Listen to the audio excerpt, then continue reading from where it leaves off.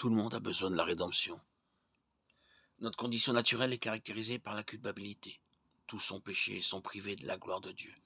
Romains 3, 23. La rédemption du Christ nous a libérés de la culpabilité, nous étant justifiés gratuitement par sa grâce, par le moyen de la rédemption qui est en Jésus-Christ. Romains 3, 24. Les bienfaits de la rédemption comprennent la vie éternelle, le pardon des péchés, la justice, la libération de la malédiction de la loi, l'adoption dans la famille de Dieu, la délivrance de l'esclavage du péché, la paix avec Dieu, et la présence du Saint-Esprit, 1 Corinthiens 6, 19, 20. Être racheté, c'est donc être pardonné, saint, justifié, libre, adopté et réconcilié. Psaume 137, 8.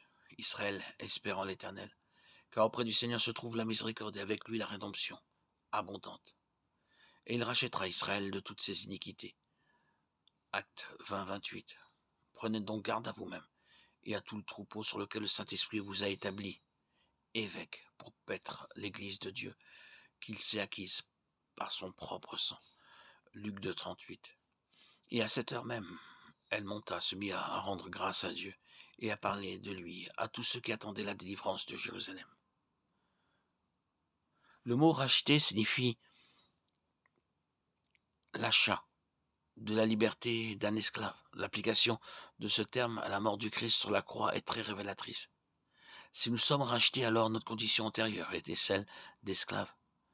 Dieu a acheté notre liberté et nous ne sommes plus esclaves du péché ou de la loi de l'Ancien Testament. Cette utilisation métaphorique du terme rédemption est l'enseignement de Galates 3, 13 et 4, 5. Jésus a payé le prix pour notre libération du péché et de son châtiment. Matthieu 20, 28, 1 Timothée 2, 6. Sa mort a été échangée contre notre vie. En fait, l'Écriture est très claire sur le fait que la rédemption n'est possible que par son sang, c'est-à-dire par sa mort. Colossiens 1, 14.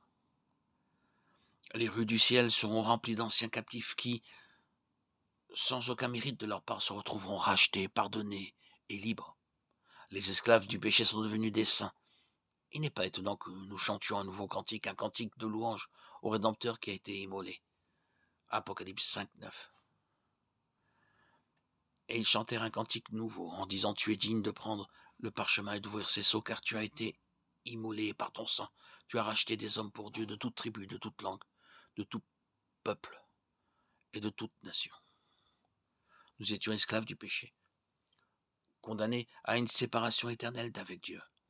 Jésus a payé le prix pour nous racheter, ce qui nous a libérés de l'esclavage du péché et nous a délivrés des conséquences éternelles de ce péché. Le mot rançon est lié au concept chrétien de rédemption.